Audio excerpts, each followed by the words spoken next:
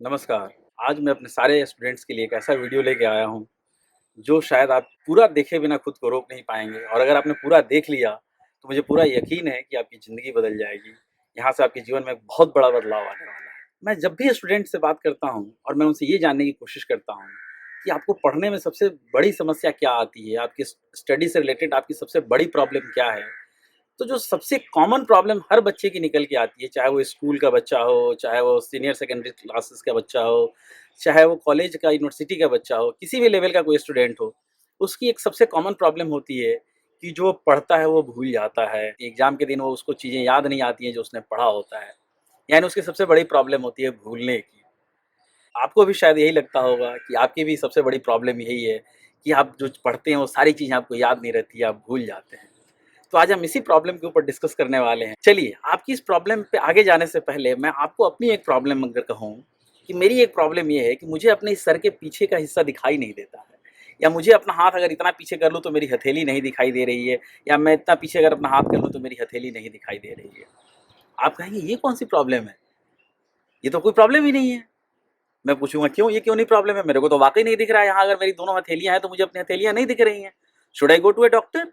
कि मैं अपना विज़न टेस्ट कराने जाऊँ डॉक्टर के पास? आपको हँसी भी आएगी और आप कहेंगे क्या पागलपन है? मैं पूछूँगा क्यों? क्यों नहीं प्रॉब्लम है ये? आप तो यही कहेंगे ना कि ये तो सबके साथ होता है, ये तो बहुत कॉमन है। तो ये प्रॉब्लम कैसे है? ये ह्यूमन बॉडी का यही लिमिटेशंस है कि आप जब इतने पीछे तक अपने हाथों को ले जाएँगे तो आप नहीं देख सकते या अपने सर के पीछे नहीं देख सकते। यानी प्रॉब्लम ये क्यों नहीं है? क्योंकि this is common for all. ये सबके लिए जो चीज़ होती है वो प्रॉब्लम हो ही नहीं सकती है। तो भूलना भी एक बहुत ही कॉमन फिनोमेना है, बहुत नेचुरल फिनोमेना है। हर कोई भूलता है, तो इससे प्रॉब्लम हम क्यों मानते हैं? इसे प्रॉब्लम की कैटेगरी क्यों दी है हमने? हमें सालों से, बचपन से, पीढ़ियों से हमें सिखाया गया कि अगर मैं कोई भूल गया तो ये मेरे लिए प्रॉब्लम हो गई। हमें इस बात के लिए डाँटा गया, हमें इस बात के लिए कोसा गया कि अरे तुम भूल कैसे गए? भूलना एक सबसे बड़ी समस्या के रूप में हमें दिखाया गया। इसलिए हमारे दिमाग में ये बात बैठ गई कि अरे मैं भूल जाता हूँ तो ये तो मेरी बहुत बड़ी प्रॉब्लम है। या अगर मैं भूल जाता हूँ तो मैं डफ़र हूँ, मैं इंटेलिजेंट नहीं हूँ। यानी जो बच्चा सब कुछ याद रख सकता है वो इंटेलिजेंट है और जो भूल जाता है वो तो बिल्कुल बेवकूफ़ है।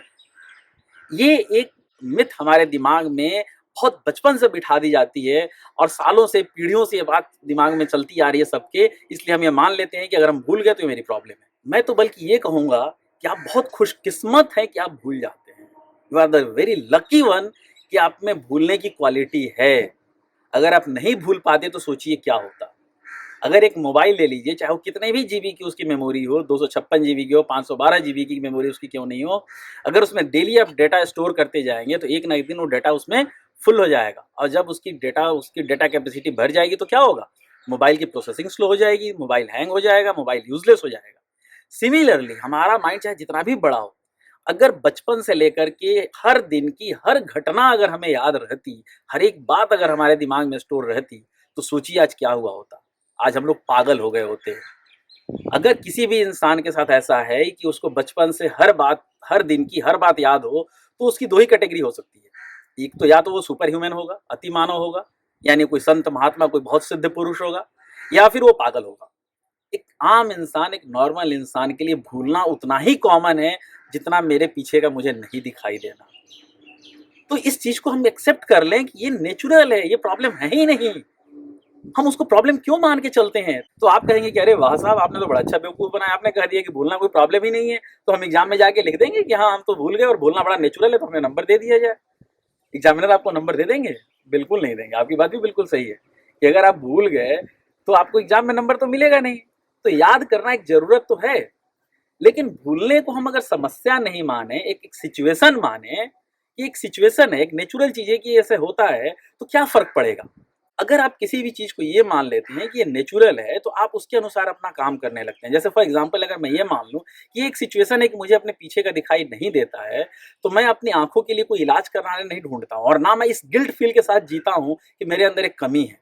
मैं पीछे का अगर मुझे देखना हो तो मैं एक रियर व्यू मिरर का यूज़ करता हूँ। मैं किसी भी और टेक्नोलॉजी का यूज़ करने की कोशिश करूँगा और टेक्नोलॉजी इन्वेंट करने की कोशिश करूँगा कि मुझे पीछे की चीज़ें दिखे कैसे। मैं इस चीज़ के लिए फ्रस्ट्रेट नहीं होऊँगा, इस चीज़ के लिए दुखी नहीं होऊँगा, परेशान नहीं होऊँगा कि मुझे पीछे का दिख नहीं रहा है। उसी तरीके से अगर आप इसको एक सिचुएशन मानेंगे कि आप जो पढ़ेंगे वो भूलेंगे ही, इट इज़ क्वाइट नेचुरल। आपके साथ अगर 100 चीज़ें होती हैं तो उसमें से शायद 95 चीज़ें आप भूल जाएँगे, 99 चीज़ें भूल जाएँगे और तभी आप नॉर्मल इंसान हैं। अगर आप नहीं भूलते तो आप नॉर्मल इंसान नहीं होते, आप एबनॉर्मल होते, किसी पागलखाने में होते या किसी हिमालय पे सिद्ध पुरुष के रूप में बैठे होते। तो नॉर्मल इंसान के लिए भूलना उतना ही कॉमन है। लेकिन ये एक सिचुएशन है तो इससे अब स्ट्रगल नहीं करना है। इसके लिए हमें एक उपाय ढूँढना है कि हमें कुछ चीज़ याद कैसे रह जाए, हम कैसे क्या करें कि चीज़ें याद रह जाएँ। हम इसके ऊपर और डिटेल में अभी बात करने वाले हैं। लेकिन अगर अभी तक आपने इस चैनल को सब्सक्राइब नहीं किया है तो इस चैनल को सब्सक्राइब कर लीजिए और मुझे पूरा यकीन है कि इस वीडियो को देखने के बाद आप लाइक करने और शेयर करने से खुद को रोक नहीं पाएँगे। चलिए हम आगे बातें करते हैं अभी इसके लिए। एक छोटा-सा एग्ज़ाम्पल लेता हूँ। अगर आपके दिमाग में ये बात बैठी है कि कोई चीज़ याद रखना या भूल जाना आपके इंटेलिजेंस से जुड़ा हुआ है, तो कई एग्ज़ाम्पल्स हैं हमारे सामने। मैं आज कोई भी एग्ज़ाम्पल ऐसा नहीं लूँगा जो कोई साइंटिफिक स्टडी के आधार पे लिया गया हो या कहीं कोई प्रूवन फैक्ट हो। ये बहुत आपकी और हमारी डेली लाइफ़ से जुड़े हुए एग्ज़ाम्पल्स मैं लूँगा। आपने अक्सर देखा होगा किसी केमिस्ट की शॉप पे, किसी दवा की दुकान पे कि कोई एक इंसान बहुत सारी दवाइयों के बारे में जानकारी रखे हुए है और वो दवाइयाँ बेच रहा है। जब आप दुकान पे जाते हैं और अपनी दवाई की डिमांड करते हैं, वो एक उस दुकान के पर्टिकुलर कोने में जाता है और उस वहाँ पे 8-10 रखी दवाइयों में से उस दवाई को ढूँढ के लाके आपको दे देता है। उस दुकान में कम से कम हज़ारों मेडिसिन्स होंगी। तो उसको कैसे याद है कि आपकी वाली जो मेडिसिन आपने माँगी उसी पर्टिकुलर कोने में है, वो पूरी दुकान में तो नहीं ढूँढता है। कहीं एक जगह ही जाकर के ढूँढता है। उसी तरह अगर आप एक ग्रोसरी शॉप पे जाइए, वो इंसान भी बहुत पढ़ा-लिखा नहीं है, लेकिन उसको अपने दुकान के हर आइटम की जगह भी पता है, उसकी प्राइस भी पता है, उसको ये भी पता है कि उसके पास कितना स्टॉक उसका होगा। तो इतनी चीज़ें उसको कैसे याद है? क्या वो बहुत इंटेलिजेंट आदमी है? क्या हाइली क्वालिफाइड है? आप भी जब सोचेंगे तो आपको लगेगा कि नहीं, वो बहुत एवरेज आदमी है, बहुत इंटेलिजेंट आदमी नहीं है। उसको क्यों याद हो गया? अब यहाँ पर अगर आप गौर करेंगे तो आप कहेंगे कि साहब ये तो रोज़ का उसका काम है इसलिए उसको याद है। बिल्कुल सही कहा आपने। यानी किसी भी काम के रिपिटेशन से वो चीज़ उसको याद हो गई। एक बात यहाँ आपको समझना बहुत ज़रूरी है कि याद करना कोई काम नहीं है। याद हो जाना किसी काम का परिणाम है। आपने कुछ काम किया, वो आपके दिमाग में प्रिंट हो गया, आपकी यादों में सेट हो गया, वो एक परिणाम है। जैसे आपने खाना खाया और खाना खाने तक तो वो आपके हाथ में, आपके कंट्रोल में है। खाना खाना एक ऐसा काम है जो आपके कंट्रोल में है, लेकिन उसका डाइजेशन आप कंट्रोल नहीं करते हैं। आप ये नहीं कहते हैं कि अपने लीवर को डायरेक्ट नहीं करते, अपने इंटेस्टाइन को नहीं दिशा निर्देश देते हैं कि तुम्हें ऐसे उसको डाइजेस्ट करना है अपनी बॉडी के अंदर। हाँ, आप ये ज़रूर कर सकते हैं कि आपका जो डाइजेशन प्रोसेस है, डाइजेस्टिव सिस्टम है, वो बेहतर कैसे काम करे, इसके लिए कभी एक अच्छा अनुकूल माहौल उसको दे सकते हैं। फॉर एग्ज़ाम्पल आप पका हुआ खाना खाते हैं या ऐसा खाना खाते हैं जो ईज़िली डाइजेस्ट हो सके, या आप खाने के बाद टहलते हैं या आप कुछ एक्सरसाइज करते हैं या कुछ डाइजेस्टिव पाउडर खाते हैं या कुछ एंजाइम्स आप लेते हैं। इन सारे तरीकों से एक आप कंड्यूसिव एटमॉस्फेयर, एक सकारात्मक माहौल बनाते हैं कि खाना आप अच्छे से डाइजेस्ट हो सके। बट डायरेक्टली आप डाइजेशन को नहीं हैंडल करते हैं। उसी तरीके से आप एक माहौल दे सकते हैं, एक माहौल क्रिएट कर सकते हैं, कुछ ऐसी चीज़ें कर सकते हैं जिससे कोई चीज़ आपके दिमाग में याद हो जाए। आप याद करने का काम नहीं कर सकते हैं। याद करने का काम, आप कहेंगे क्या आप बात कर रहे हैं, मैं तो रोज़ सुबह 2 घंटा बैठता हूँ, एक चीज़ याद हो जाती है। आपको इस बात को थोड़ा-सा समझना पड़ेगा क्योंकि अभी तक आप एक रटे-रटाए तरीके से सोचते आ रहे हैं, इसलिए शायद आपको मेरी बात डाइजेस्ट करने में दिक्कत आ रही होगी। आप किसी चीज़ को बार-बार पढ़ रहे हैं, वो एक काम कर रहे हैं आप। याद हो जाना उसका एक परिणाम है, याद करना आपके बस का काम नहीं है। आपने उसको रिपीटेडली स्टडी की, किसी भी चीज़ को रिपीट किया बार-बार, उसका परिणाम ये हुआ कि उसका वो आपके दिमाग में प्रिंट हो गया, आपको याद में आपके बस गया। लेकिन एक बात सोचिए यहाँ पर कि क्या केवल रिपीटेशन से ही चीज़ें याद होती हैं? आपकी लाइफ में बहुत सी ऐसी बातें होंगी जो सिर्फ़ एक बार घटित हुई और आज तक आपको हूबहू वो याद हुई होगी। आपने उसको तो कभी रिपीट नहीं किया। आपने डीडीएलजे को एक ही बार देखा और उसके एक-एक डायलॉग्स आपको याद हो गए। आपने शोले सिर्फ़ एक बार देखी और उसके बहुत सारे डायलॉग आपको याद है, पूरी कहानी आपको याद है। बहुत सारी फ़िल्में ऐसी हैं जो आप एक बार देखते हैं और उसकी पूरी कहानी, उसके पूरे डायलॉग्स, पूरे गाने आपको याद हो जाते हैं। आप रिपीट तो नहीं करते हैं। आप पहली बार अपने कॉलेज में गए, पहली बार आप स्कूल गए, पहली बार आप कहीं अपने किसी दोस्त की शादी में गए, वो सब घटनाएँ एक ही बार हुई और वो आपके दिमाग पे छाई हुई हैं। बिल्कुल जैसे ऐसे जैसे कल ही वो हुई हों। तो इसका मतलब ये है कि केवल repetition is not the clue to remember anything. Repetition is one of them. एक तरीका है कि आप किसी भी चीज़ को बार-बार रिपीट करके वो आप याद कर सकते हैं। तो एक क्लू आपको यहाँ से मिला कि अगर आप चीज़ों को रिपीट करते हैं, तो वो चीज़ें आपको याद हो जाती हैं, आपके दिमाग में बैठ जाती हैं, आपकी याददाश्त में चली जाती हैं। लेकिन यहाँ एक और रिस्क है, जो चीज़ आप रिपिटेशन से याद करते हैं, उसके भूलने की प्रोबेबिलिटी भी ज़्यादा होती है। वो आप भूलते भी जल्दी हैं। अगर परसों एग्ज़ाम है, कल एग्ज़ाम है और पिछले 2 दिन में आपने खूब सारी चीज़ें याद कर ली, तो एग्ज़ाम के अगले 10 दिन के अंदर-अंदर आप धीरे-धीरे उसको भूल जाएँगे। इसका मतलब ये हुआ कि हमें अगर चीज़ों को लॉन्ग टर्म में याद करना है, तो repetition is not the only way. बहुत से लोग कहते हैं कि आपकी इंटरेस्ट की चीज़ अगर होती है, आपका इंटरेस्ट आता है, तो आप उसको याद कर लेते हैं। आपके किसी जानने वाले की डेथ हो गई, उसमें आपको बहुत दुःख हुआ। आपका क्या कोई इसमें इंटरेस्ट था? क्या आप उसमें बहुत खुश थे? नहीं थे, लेकिन वो आपको कैसे याद रह गया? यानी कोई चीज़ आपके दिमाग में याद रह जाए, इसके लिए रिपिटेशन, इंटरेस्ट ये सारी केवल इम्पोर्टेंट चीज़ें नहीं हैं। क्या-क्या चीज़ें इम्पोर्टेंट हैं, इन चीज़ों को हम जानने की कोशिश करते हैं। कैसे वो चीज़ें हमारे दिमाग में याद रह गई, इनको हम जानने की कोशिश करते हैं। कोई भी चीज़, कोई भी घटना, अब यहाँ ध्यान से समझिएगा इस बात को।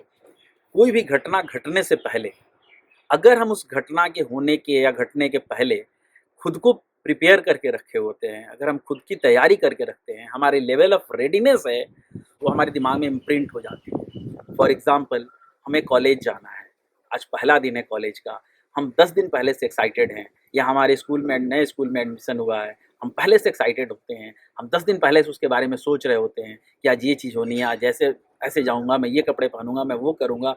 यानी उसके लिए मैं अपने आप को पहले से ही रेडी कर रहा हूँ।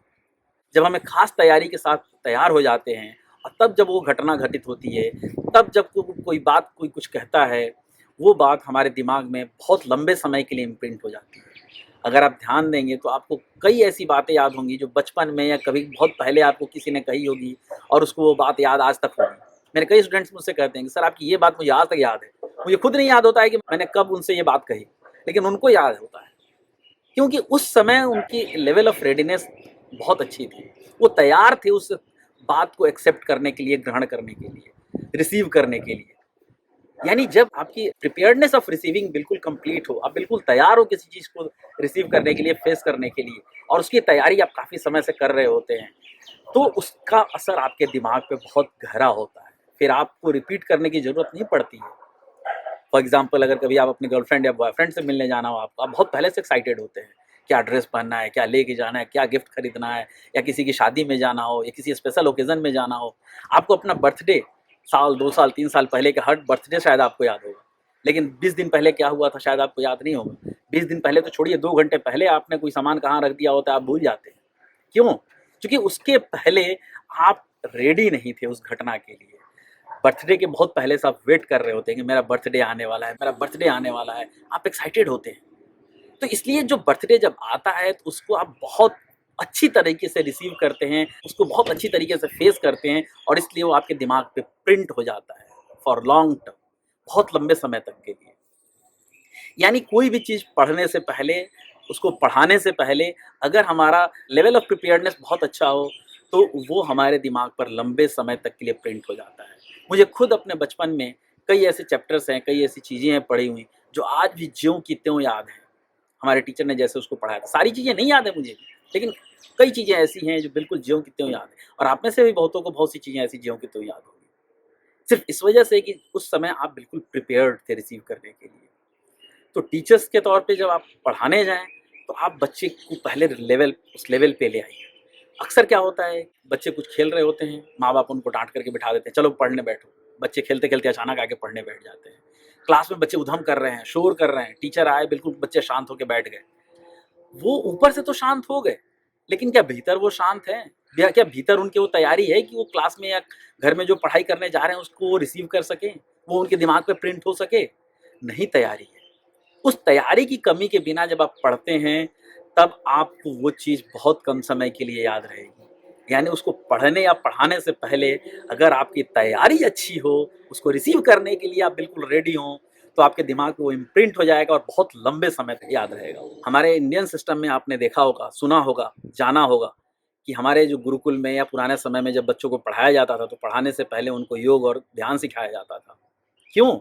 क्योंकि योग और ध्यान से एक स्टेट ऑफ रेडीनेस आपका आ जाता है और उसके बाद जब आप कोई चीज़ पढ़ते हैं, जब कोई चीज़ आप ग्रहण करते हैं, तो आपके दिमाग में वो बैठ जाती है, स्थिरता के साथ। तो इसी वजह से हमारे सिस्टम में ये चीज़ रखी गई थी। लेकिन हम आधुनिक होने के नाम पे, मॉडर्न होने के नाम पे अपने इन सिस्टम को छोड़ते चले गए।